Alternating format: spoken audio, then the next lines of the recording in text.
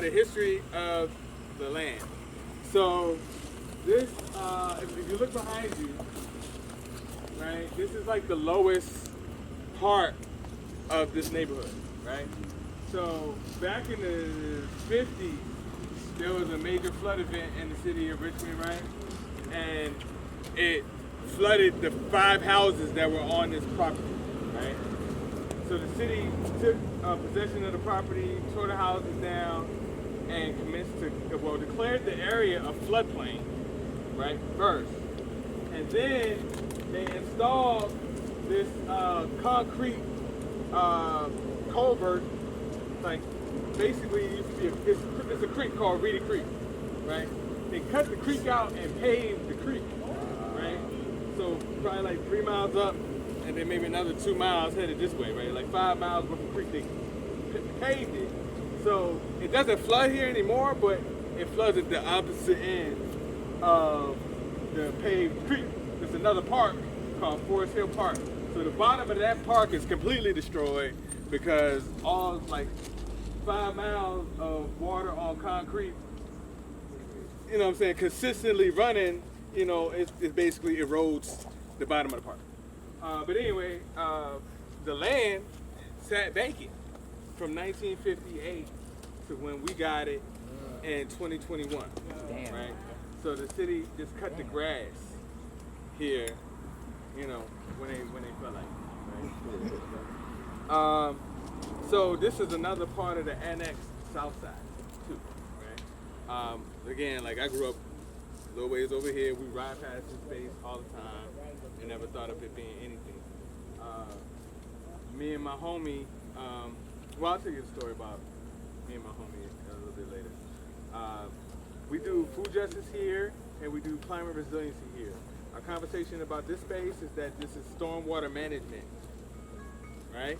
Because of all that flooding that comes off of this impervious surface on the streetscape, it gets intercepted by all of the sponge material like the trees, the raised beds, the perennial berries, you know what I'm saying? All that stuff blocks and keeps the water from going into the creek, which keeps, if it's kept here, it won't go into the park, it won't go into the waterways, it won't end up in the river.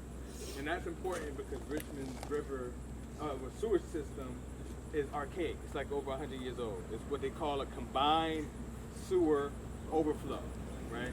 CSO.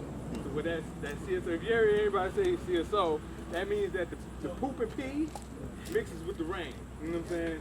So the rain. So when the poop and pee out your house, flush your toilet, wash your dishes, you know, any of your water services out of your house goes into the sewer, right? Underneath your house and in the streetscape, underneath those sewer lines, and a CSO are also connected to any water that's coming off the drain, right? So where does that water go? If it's getting sent down the sewer, it's going to the wastewater treatment system. And our system, if that wastewater treatment system, it only holds but so much water. When it goes over, then that water goes into the river, right? So when it has a major rain event, then all of that water from the rain event, and then when you pee, poop, wash your dishes, you know what I'm saying, wash your clothes, wash your car, all that's mixing up in the junk, then that goes into the river, and that's why in Richmond you can't fish in the river, you know what I'm saying, because it's like, oh, pollutants from heavy rain events, like, no, you don't even want to go in it, because you might get fecal matter, you know what I'm saying, and, you know, all the other things. So we are very articulate about that, like that this work provides an ecosystem service, like, you know, even if we didn't grow a lick of food, that this is doing that, you know what I'm saying. Anyway, the food justice piece for us, we use this space as a training ground, right? This is where we train people how to develop spaces of their own, right? All of our hands-on, the majority of our hands-on work happens here, as far as like showing the different techniques that we apply. We call that food justice because our work is really to build everyone's agency. You know what I'm saying? We want you to be able to do this shit too. Like, you don't have to always come volunteer with us. Go rock with somebody else that did it too. You know what I'm saying? This is an example of what you can do. And we're enhancing and, we're refining what we got going on here all the time. Then the third thing that this space is about is political education. So as you see, like the art around the space is all, it's a twofer. You know what I'm saying? Because not only do people ride down the road and like, oh, this art is pretty colors on the board, I want to see that. But it's also an opportunity for us to have a dialogue about the black revolutionaries that are depicted on the murals. You know what I'm saying? So you come and you just like, oh, I just see the pictures. Then we're like, oh no, we're going to have a conversation about Fannie Lou Hamer, Milcar Cabral, George Washington Carver, Assata Shakur, what is SANKOFA, Hugo, Cesar Chavez, on and on and on, all the people that we have represented here. Like, that's an entire class that could be taught on any one of the individuals. You know what I'm saying? That's it. And then mindfulness, in the sense of like, we try to create a space that people could just come and chill. That has its pros and its cons, just to keep it funky, you know what I'm saying? It's like, people sometimes come sleepy.